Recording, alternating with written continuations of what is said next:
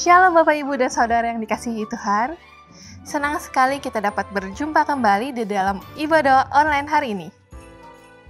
Dan di minggu ini kembali kita beribadah melalui jaringan online, namun kita percaya Allah kita senantiasa hadir dimanapun kita berada. Untuk itu kami mengajak Bapak Ibu Saudara untuk bersama-sama datang di dalam hadirat-Nya. Kita persiapkan hati yang terbaik untuk menikmati kasih dan kuasa-Nya di dalam ibadah online ini. Hari ini kita akan dilayani oleh hambanya yaitu Bapak Pendeta Andreas Eko Nugroho. Mari ajak anggota keluarga yang lainnya untuk bersama-sama kita beribadah. Karena firman Tuhan berkata, 2-3 orang berkumpul di dalam nama Tuhan, maka pasti Ia hadir di tengah-tengah kita. Untuk adik-adik sekolah minggu, jangan khawatir.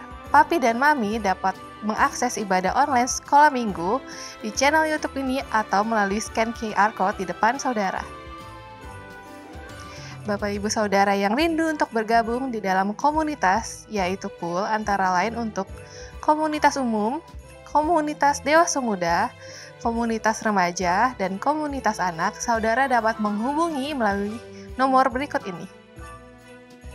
Untuk Bapak Ibu Saudara yang membutuhkan dukungan dalam doa, konseling, maupun pelayanan jemaat lainnya dapat menghubungi nomor berikut ini. Untuk ibadah rumah doa akan ditiadakan dan aktif kembali pada hari Rabu 13 Januari 2021. GBI Mangga Besar mengadakan ibadah perayaan Natal yang akan dilakukan secara online pada tanggal 25 Desember 2020 dan ditayangkan melalui channel YouTube GBI Mangga Besar Rayon 1C dan dapat disaksikan pukul 8 waktu Indonesia Barat.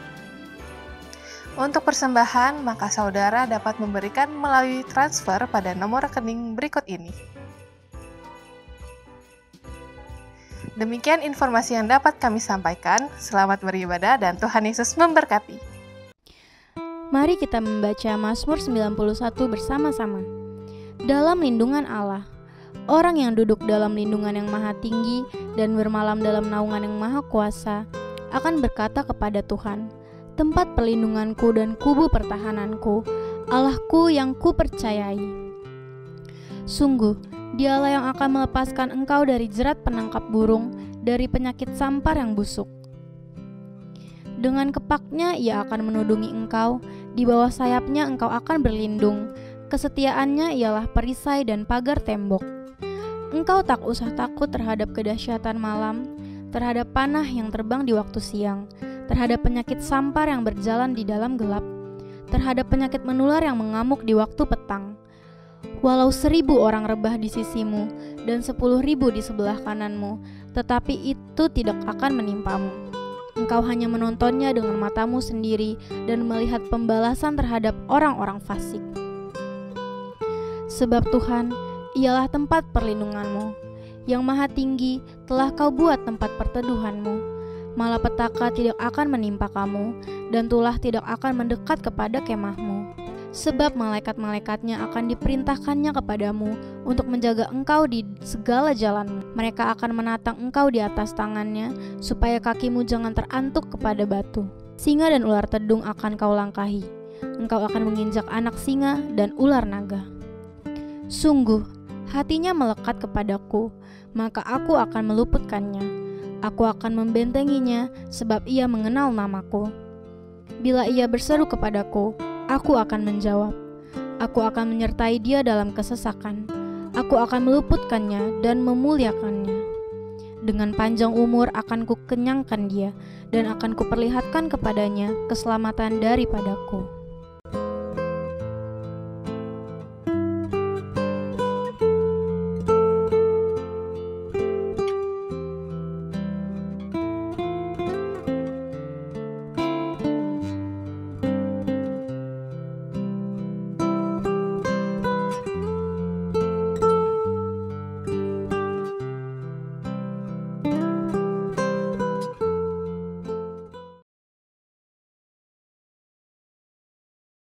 Shalom semua, tidak terasa kita telah memasuki bulan Desember, di mana kita akan merayakan Natal. Dan sebagai umat Kristiani, Natal adalah momen untuk memperingati kelahiran Yesus Kristus, yaitu Mesias, Juru Selamat yang datang ke dunia. Bahkan kegembiraan Natal juga turut dirayakan hampir di seluruh dunia, tidak peduli apakah mereka percaya atau tidak kepada Yesus. Yang menarik, dalam beberapa dekade terakhir ini, ada beberapa orang Kristen yang menentang perayaan Natal karena dianggap sebagai perayaan orang pagan atau berhala. Ada juga yang berpendapat bahwa tidak ada perintah di dalam Alkitab untuk merayakan Natal. Maka dari itu, mari kita memahami bersama arti dan esensi dari perayaan Natal yang sebenarnya. Kata Natal sendiri berasal dari bahasa Latin natalis yang artinya lahir atau kelahiran. Dan di dalam bahasa Inggris, kata Christmas berasal dari bahasa Inggris kuno yaitu Christmasmasse atau Christmas yang artinya penderitaan Kristus, di mana penderitaannya dimulai saat dia datang dan lahir menjadi manusia. Hal ini menunjukkan bahwa memang Natal selalu berkaitan dengan kelahiran Yesus Kristus ke dunia sebagai manusia. Beberapa orang Kristen yang menolak perayaan Natal berpendapat bahwa Natal adalah perayaan pagan yang dimulai pada tahun 274 Masehi oleh orang-orang Romawi untuk menghormati matahari dan Saturnus pada titik balik matahari di musim dingin yang umumnya jatuh pada tanggal 25 Desember. Namun, saat Kaisar Konstantinus Agung menjadi Kristen, festival Romawi ini diubah menjadi perayaan kelahiran Yesus, di mana fokus penyembahan yang tadinya kepada matahari menjadi kepada Tuhan, yaitu Sang Surya kebenaran dan Sang Surya pagi dari tempat tinggi, seperti tertulis dalam Maleakhi 3 ayat 2, Mazmur 84 ayat 2, dan Lukas 1 ayat 78. Mengganti hari raya matahari menjadi hari kelahiran Yesus Kristus bukanlah penyembahan berhala. Mengenai tanggal 25 Desember sebagai hari Natal, ini adalah tanggal yang paling banyak digunakan untuk perayaan Natal gereja-gereja. Namun, ada beberapa denominasi yang merayakannya pada tanggal lain, biasanya antara awal Desember hingga Januari. Hal ini terjadi karena sulit untuk menentukan tahun, bulan, dan tanggal yang pasti kapan Yesus dilahirkan. Namun, satu hal yang pasti, Yesus benar-benar pernah dilahirkan. Gereja sendiri sudah memperingati kelahiran Yesus semenjak awal abad pertama dan kedua, sebagaimana dicatat oleh para pemimpin gereja setelah era para rasul. Artinya, ibadah Natal memperingati kelahiran Yesus justru jauh lebih dulu dari perayaan matahari atau Saturnus bangsa Romawi di abad ketiga. Pada tanggal 25 Desember 350 Masehi, Uskup Julius I dari Roma memutuskan untuk mengadakan ibadah Natal memperingati kelahiran Yesus dengan maksud menandingi festival matahari atau Saturnus Romawi. Ternyata lebih banyak orang yang menghadiri ibadah Natal di gereja-gereja.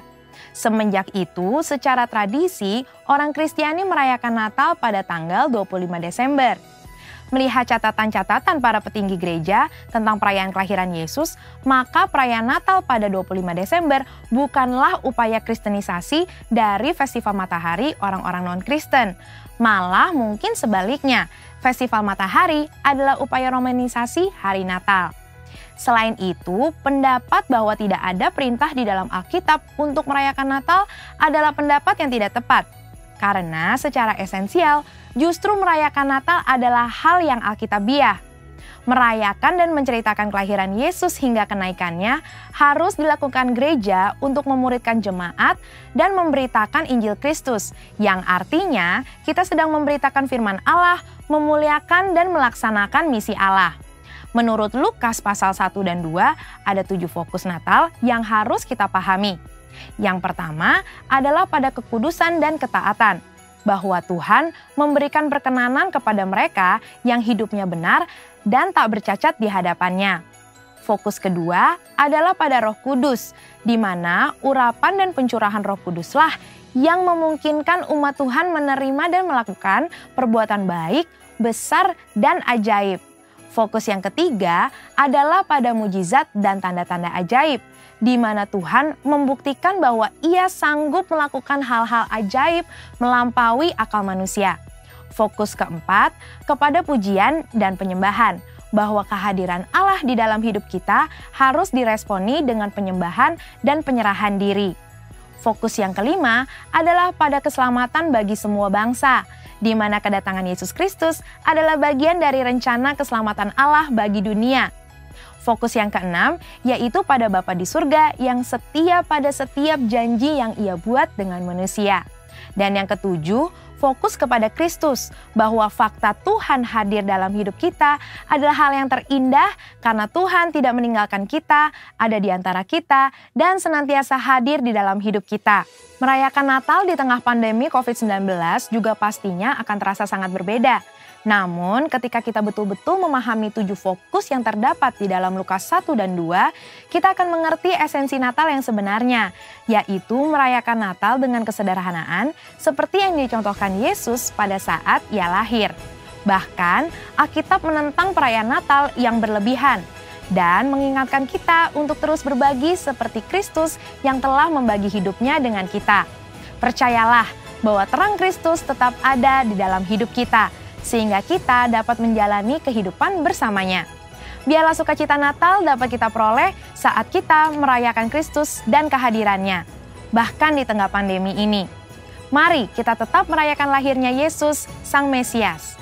Saudara, untuk penjelasan lebih lanjutnya dari tim teologi kami mengenai perayaan Natal, ornamen Natal, dan lain sebagainya, jangan lupa buka link yang ada di atas atau scan barcode yang tersedia. Selamat Hari Natal, Tuhan Yesus memberkati.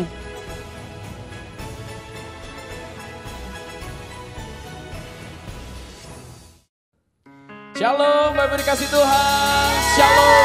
Mari umat Tuhan dengan penuh sukacita kita katakan shalom.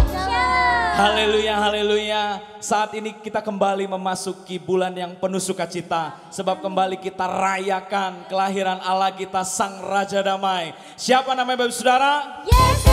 Sekali lagi siapa namanya? Yesus. Mari sambut dengan tepuk tangan meriah. Sambil katakan haleluya. Mari sambil bertepuk tangan kita memuji-muji Allah kita.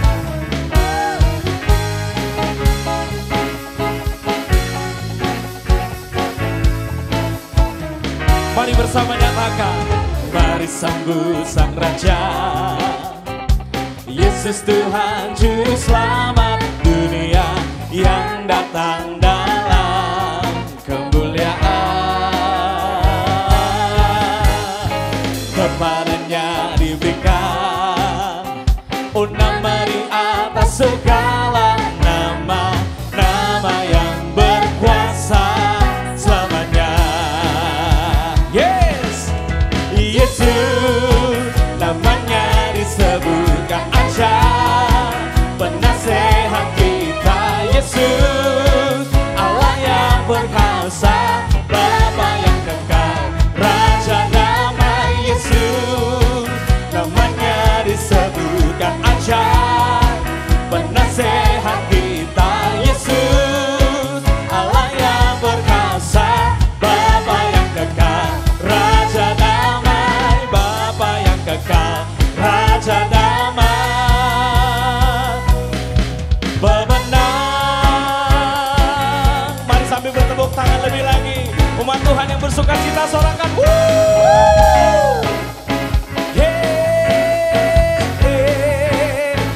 Mari kita sambut. Mari sambut Sang Raja. Yes, come on, come on. Yesus Tuhan Juru Selamat dunia yang datang dalam kemuliaan.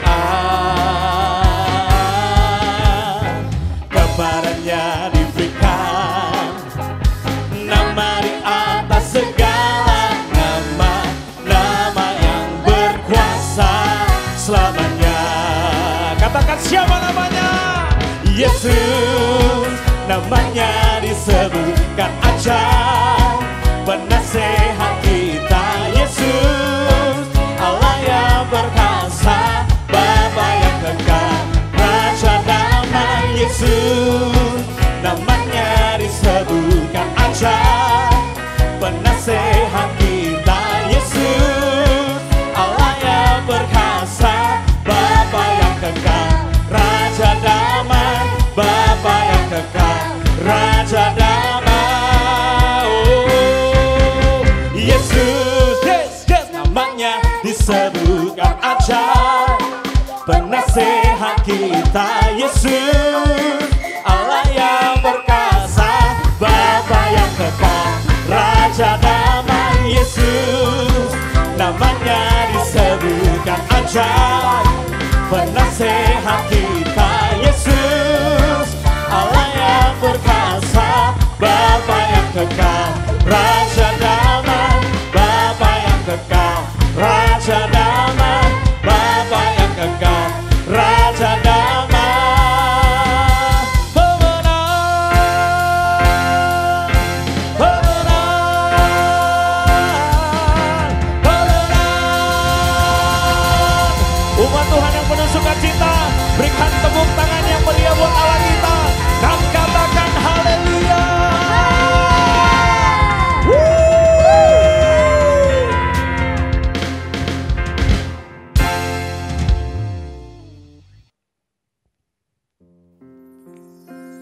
Bapa, kami sungguh mengasihi Engkau Tuhan. Dengan segenap hati kami, dengan segenap jiwa kami, bahkan dengan segenap kekuatan kami. Dan hari ini bersama-sama kami datang membawa pujian sebagai tanda persembahan kami yang rindu untuk menyenangkan-Mu Tuhan. Terima kasih Tuhan, terima kasih Yesus. Haleluya. Hatiku mau menyembah-Mu, jiwaku merindukan Yesus.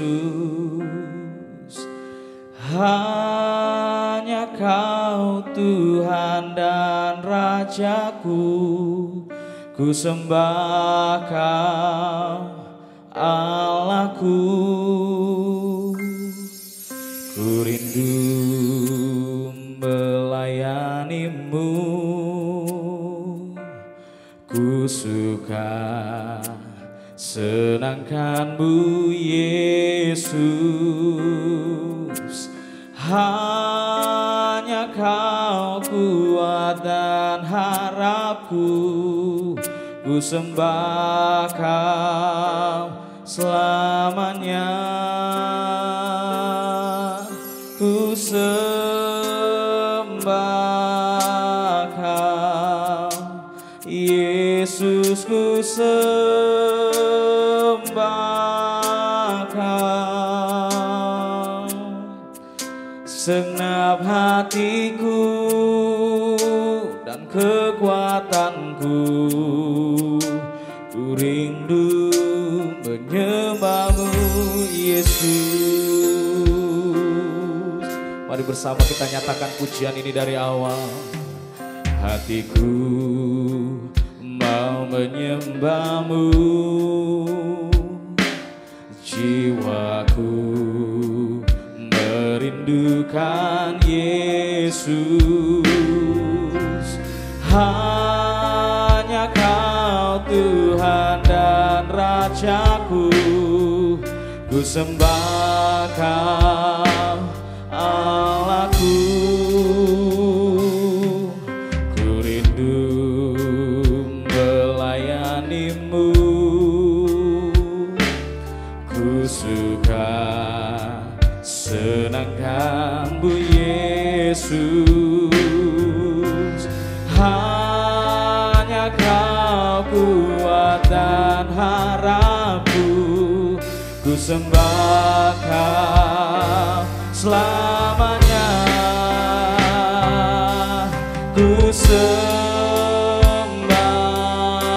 Kau Yesus, ku sembah Kau. Segenap hatiku dan kekuatanku, ku rindu menyembah-Mu Yesus. Ku sembah Kau, ku sembah Kau Yesus, ku sembah Kau.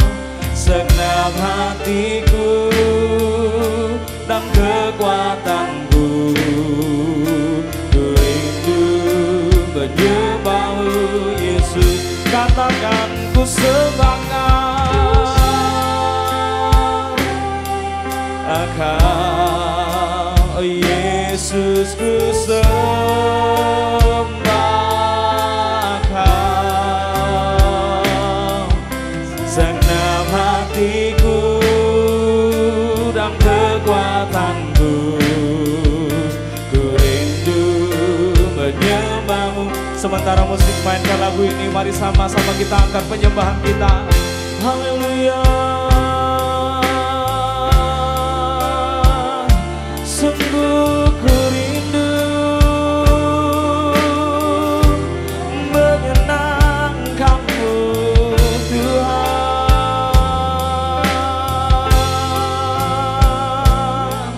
Ku rindu sembah-Mu, ku rindu memuji Engkau.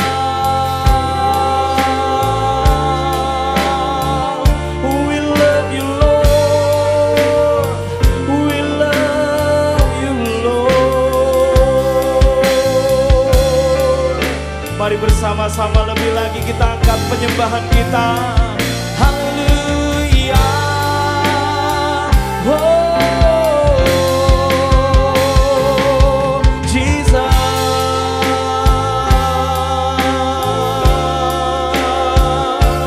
Dengan segenap hati kami, dengan segenap jiwa kami, dan dengan segenap kekuatan kami menyembah-Mu.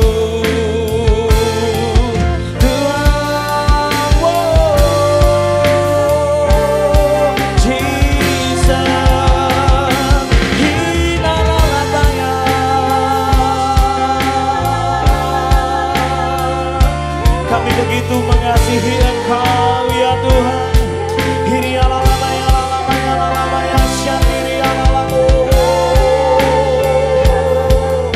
Yes Jesus, haleluya. Mari sembah Dia, mari puji Dia.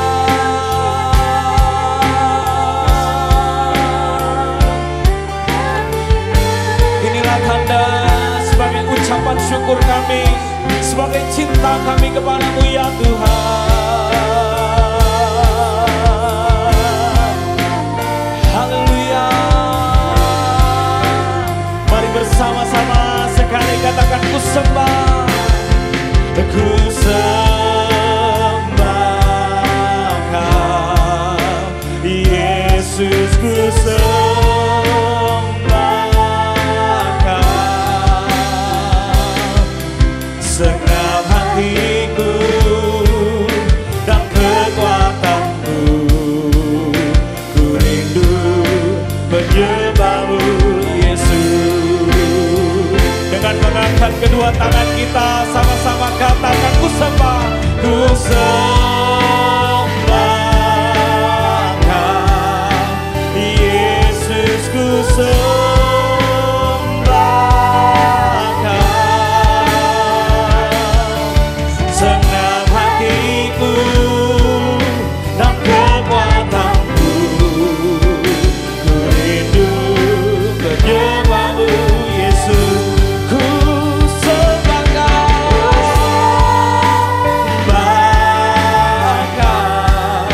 oh Yesus, ku sembah Kau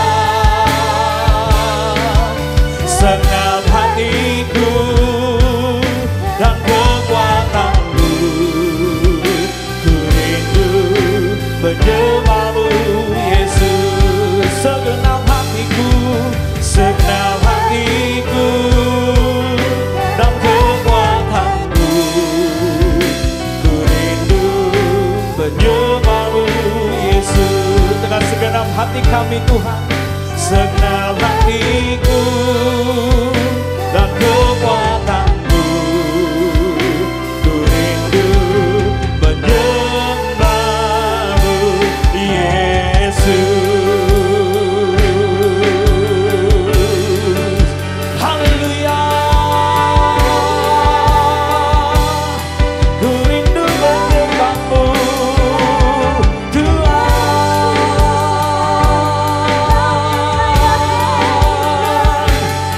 Kami sembah Kau, kami sembah Kau, oh ya Tuhan.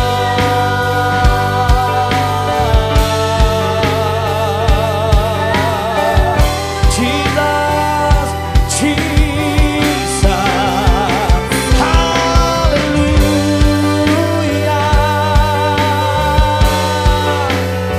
Mari bersama-sama kita angkat kedua tangan kita tinggi-tinggi dan katakan ku sembah, ku sembah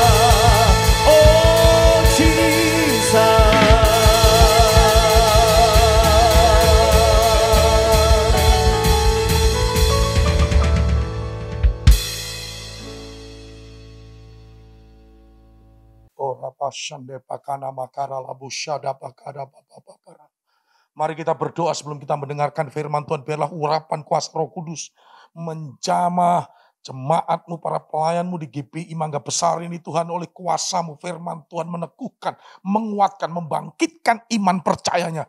Firman Tuhan menjadikan mereka semakin antusias dengan Allah, mereka semakin teguh dan kokoh di dalam keyakinannya kepada Tuhan. Dalam situasi kondisi apapun kami percaya Roh Kudus Engkau akan melawat kami.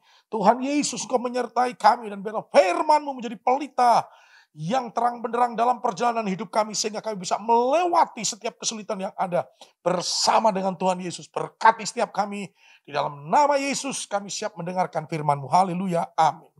Nah Bapak Ibu Saudara yang dikasihi Tuhan Yesus Kristus, terima kasih buat kepercayaan yang Tuhan berikan untuk boleh saya menyampaikan firman Tuhan di Gereja Bethel Indonesia Jemaat Mangga Besar.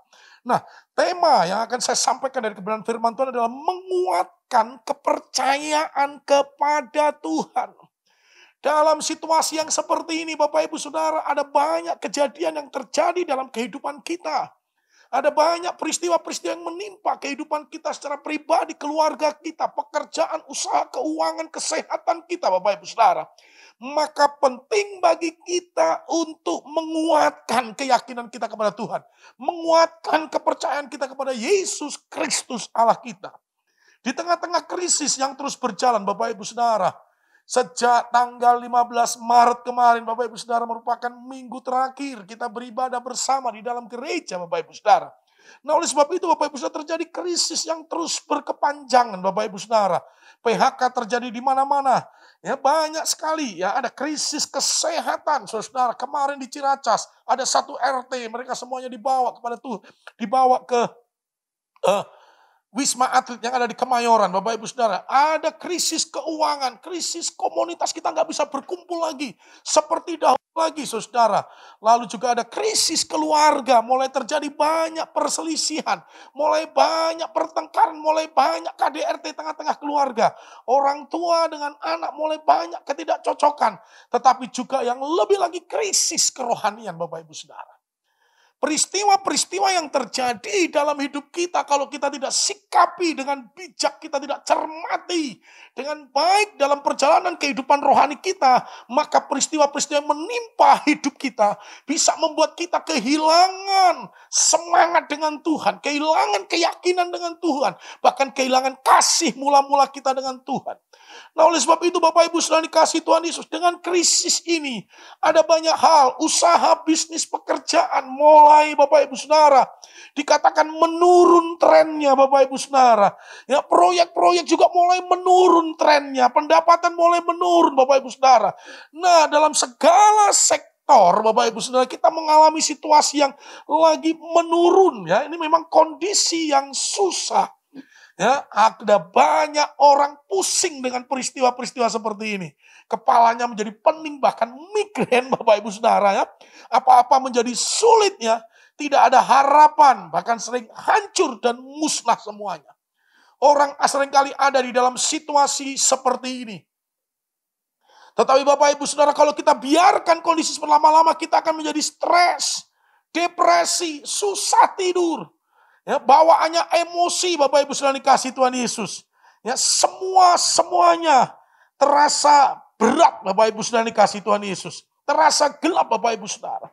Tetapi apa yang kita alami hari-hari ini Bapak Ibu Saudara, ya, seringkali juga tanpa kita sadari membuat keluarga hilang sukacita. Rumah seharusnya menjadi suasana surga. Tetapi di rumah seringkali ada pertengkaran, perkataan-perkataan yang keras, perkataan yang menyalahkan.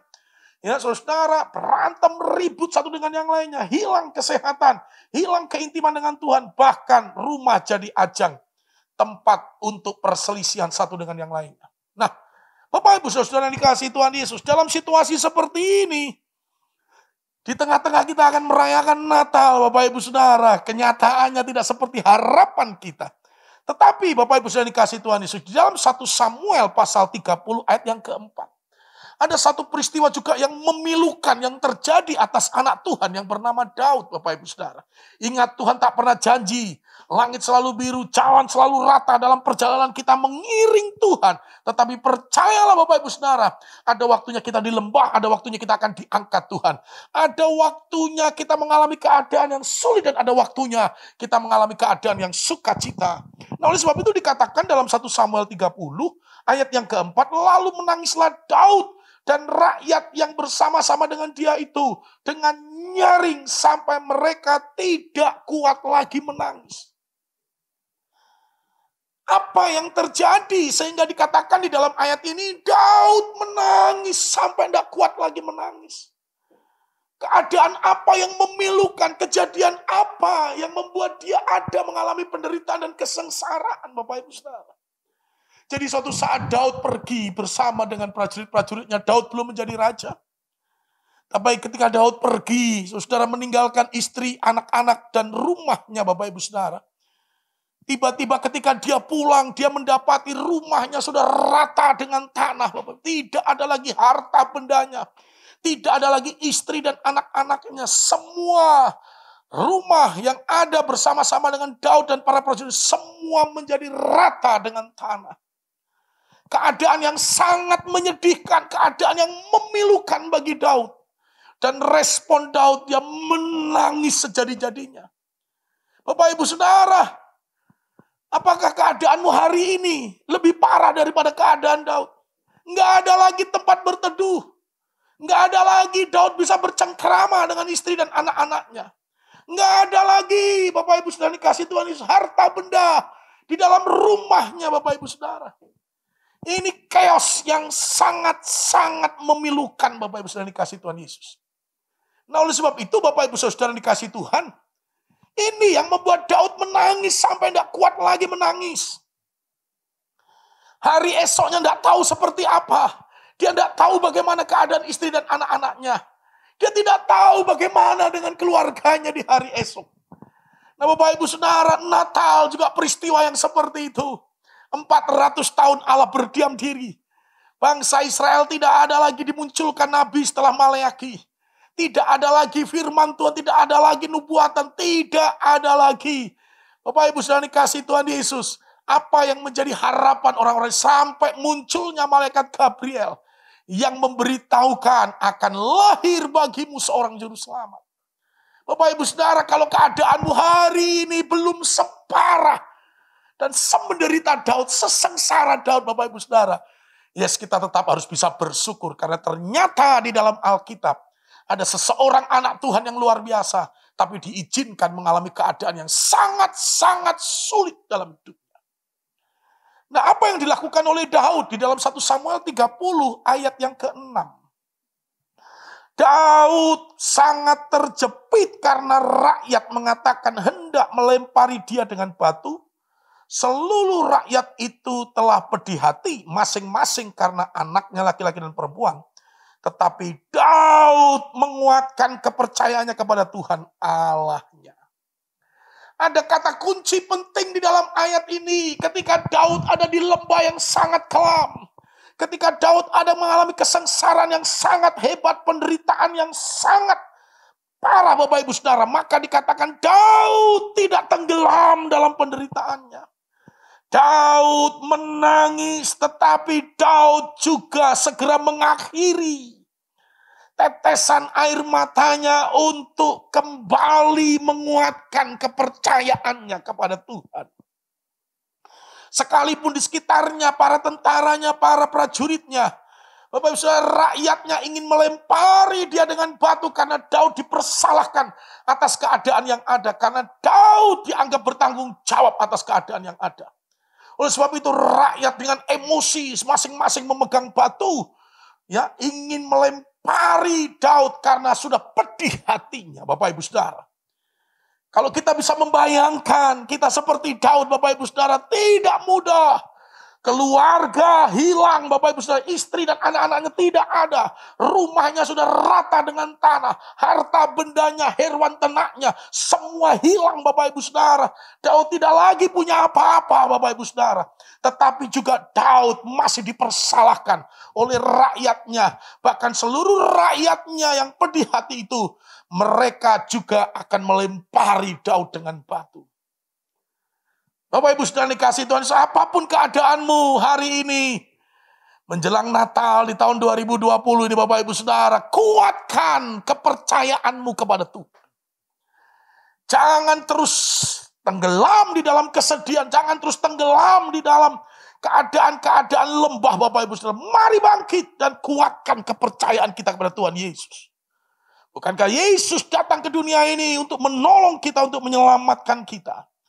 Nah pertanyaannya Bapak Ibu Saudara, bagaimana supaya kita bisa menguatkan kepercayaan kita ini kepada Tuhan Bapak Ibu Saudara? Bapak Ibu Saudara yang dikasihi Tuhan Yesus Kristus, maka firman Tuhan itu adalah kekuatan kita. Di dalam kitab Roma pasal pertama ayat yang ke-16, Injil itu adalah kekuatan kita. Kalau Bapak Ibu Saudara di tengah-tengah lembah, di tengah-tengah badai, di tengah-tengah angin topan pergumulan yang dahsyat, engkau tetap kokoh, engkau tetap kuat Bapak Ibu Saudara dikasih Tuhan Yesus, maka saudara dan saya harus punya persekutuan dengan firman. Saudara dan saya harus punya keintiman dengan firman Tuhan. Firman yang kita baca itu tanpa kita sadari, mengalirkan, memberikan kita kekuatan, kepercayaan akan pertolongan Tuhan dalam hidup kita. Bapak Ibu Saudara dikasihi Tuhan Yesus Kristus, bersekutu dengan firman jangan kau tinggalkan. Mari akhiri tahun ini dengan keadaan rohani kita yang makin semangat, makin haus, makin lapar akan firman Tuhan. Bapak Ibu Saudara dikasihi Tuhan Yesus. Firman Tuhan yang kita baca akan menjadi terang di tengah-tengah kegelapan dalam kehidupan kita. Firman Tuhan yang kita baca akan menjadi pelita di tengah-tengah kesulitan yang ada di hadapan kita. Ada jalan yang terbentang di mana kita bisa bergerak di dalam firman Allah. Saudara Tuhan Yesus, kekuatan tangan Tuhan yang membuat kita akan terus melangkah. Firman Tuhan, Bapak Ibu Saudara, membuat kita memiliki keyakinan ada tangan Tuhan yang tetap menyertai, memelihara, bahkan menopang dan memegang hidup kita. Dan membawa kita kepada kemenangan dalam Yesaya pasal 41 ayat yang ke-10. Menjadi kuat dan semangat di tengah-tengah kesulitan. Daud tidak mau fokusnya tertuju kepada kesulitan-kesulitan yang mendera hidupnya. Tetapi Daud segera bangkit dan menguatkan kepercayaannya. Bapak Ibu Saudara sekalian yang dikasihi oleh Tuhan, jemaat GBI Mangga Besar, apapun yang sedang terjadi dalam hidupmu, maka yang pertama kuatkan kepercayaanmu dengan cara bersekutu, membaca, merenungkan Taurat Tuhan siang dan malam Bapak Ibu Saudara. Situasi apapun tetap perkatakan firman Allah. Situasi apapun tetap bicarakan firman Tuhan. Situasi apapun tetap ucapkan firman Tuhan Bapak Ibu Saudara. Percayalah ada kuasa di dalam perkataan firman Tuhan dalam kehidupan kita. Nah, oleh sebab itu Bapak Ibu Saudara dikasihi Tuhan Yesus Kristus, Daud di antara semua rakyatnya dia bangkit untuk menguatkan kepercayaannya. Yang kedua Bapak Ibu Saudara, maka kekuatan kita itu Bapak Ibu Saudara. Ya, kekuatan kita di tengah-tengah kesulitan itu terletak pada lutut kita Bapak Ibu Saudara. Orang-orang yang suka berlutut di hadapan Tuhan Bapak Ibu Saudara, maka ketika dia diterpa badai, diterpa ombak kehidupan ini, pergumulan dan masalah yang hebat seperti Daud, dia akan tetap berdiri kuat dalam kehidupannya. Dia akan tetap kokoh menghadapi kesulitan yang ada.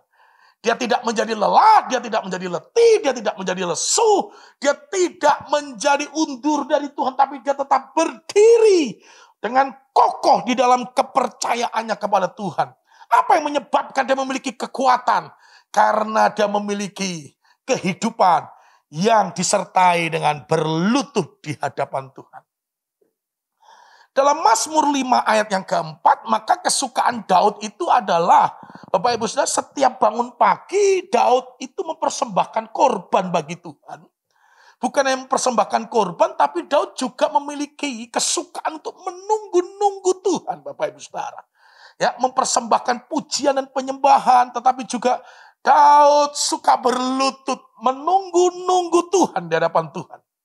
Bapak Ibu Saudara dikasih Tuhan, ketika engkau berlutut Bapak Ibu Saudara, maka seorang yang berlutut di hadapan Tuhan itu digambarkan seseorang yang sedang menyembah Allah. Seorang yang berlutut di hadapan Tuhan adalah seorang yang mengandalkan Tuhan dalam hidupnya. Seorang yang berlutut di hadapan Tuhan adalah seorang yang menyerahkan kehidupannya kepada Tuhan. Kalau saudara dan saya dalam situasi seperti Daud, hilang rumahmu, rata rumahmu, hilang harta bendamu, hewan ternakmu hilang, keluargamu, Bapak tidak punya apa-apa lagi di tengah-tengah dunia ini. Memang ini situasi yang sangat sulit Bapak Ibu Saudara, tetapi engkau akan tetap kuat dalam kepercayaan keyakinanmu kepada Yesus. Kalau saudara dan saya suka berlutut di hadapan Tuhan, orang yang suka berlutut akan mendapatkan kekuatan dari Allah. Bapak Ibu Saudara yang dikasihi Tuhan Yesus, ketika engkau berlutut di hadapan Tuhan, tanpa engkau sadari, engkau memiliki kekuatan dalam kepercayaan dan keyakinan kepada Tuhan. Keadaanmu 180 derajat berbalik dengan apa yang kau harapkan di hari-hari terakhir di tahun ini. Tetapi ketika engkau memiliki kehidupan yang suka berlutut di hadapan Allah, engkau akan tetap memiliki ketegaran, kekuatan di hadapan Tuhan dalam keyakinanmu. Lututnya Daud dipakai untuk mendapatkan tuntunan dari Tuhan, untuk mendengarkan arahan Tuhan. Lututnya dia dipakai untuk menerima kekuatan yang membuat dia tidak tenggelam dengan persoalan yang sedang menimpa hidupnya. Rumah roboh rata dengan tanah, harta benda, hewan ternak, semua musnah. Bahkan istri dan anak-anaknya hilang semuanya Bapak Ibu Saudara. Seolah-olah gelap gulita ada di hadapan Daud. Keadaan yang sangat memedihkan. Tetapi kenyataannya Daud bangkit dan menguatkan kepercayaannya dan kekuatannya untuk menguatkan kepercayaannya karena Daud memiliki kehidupan yang suka berlutut di hadapan Tuhan. Bapak Ibu Saudara dikasihi Tuhan Yesus. Mungkin fisikmu menjadi lemah, tetapi saya yakin dan percaya ketika engkau suka berlutut di hadapan Allah, maka engkau akan memiliki kekuatan di dalam kepercayaan kepada Tuhan. Dan ini yang dimiliki oleh Daud di antara para rakyatnya. Yang mereka sudah hilang harapan, mereka sudah hilang semangatnya. Tetapi Daud bangkit untuk menguatkan kepercayaannya di hadapan Tuhan. Yang ketiga, apa yang dilakukan oleh Daud, Bapak Ibu saudara dikasihi Tuhan Yesus. Matanya tidak tertuju kepada persoalan, tapi terfokus kepada Allah. Saudara dikasihi Tuhan Yesus, Daud tidak terpengaruh dengan situasi yang ada sekalipun di depannya habis, ludes, rata dengan tanah. Tetapi fokusnya bukan kepada masalah, bukan kepada keadaan. Fokusnya bukan pada orang-orang yang ada di sekitarnya. Fokusnya bukan pada kehilangan istri, anak, harta, benda, rumah, kekayaan, Bapak Ibu Saudara, hewan ternaknya tidak. Fokusnya bukan pada kegelapan yang ada menyelimuti diri, tapi fokusnya pada pertolongan Tuhan. Bapak Ibu Saudara dikasihi Tuhan. Yang ketiga, mata biarlah kita tetap tertuju kepada Tuhan. Dalam 2 Tawari pasal 20. Ayat yang ke-12, maka dikatakan di sana di akhir daripada ayat itu, tetapi mata kami akan tetap tertuju kepada Tuhan. Itu yang dikatakan oleh Yosafat. Bapak Ibu Saudara yang dikasihi Tuhan Yesus, memang keadaanmu belum berubah, situasinya belum berubah. Menjelang hari-hari terakhir di tahun 2020 ini Bapak Ibu Saudara, mungkin kau sedang mengalami banyaknya pergumulan, persoalan yang mendera hidupmu. Tetapi saya mau katakan kepada saudara, biarlah mata kita tetap tertuju kepada Tuhan. Yosua dan Kaleb matanya terfokus kepada Tuhan sehingga dia tidak dipengaruhi. Walaupun di depannya ada banyak raksasa, di depannya ada banyak orang-orang besar, di depannya ada banyak kesulitan yang susah untuk dikalahkan. Tetapi Yosua dan Kaleb tetap tertuju kepada Tuhan. Bapak Ibu Saudara dikasihi Tuhan Yesus Kristus, mari bersama-sama arahkan keluargamu, suami, istri, anak-anak.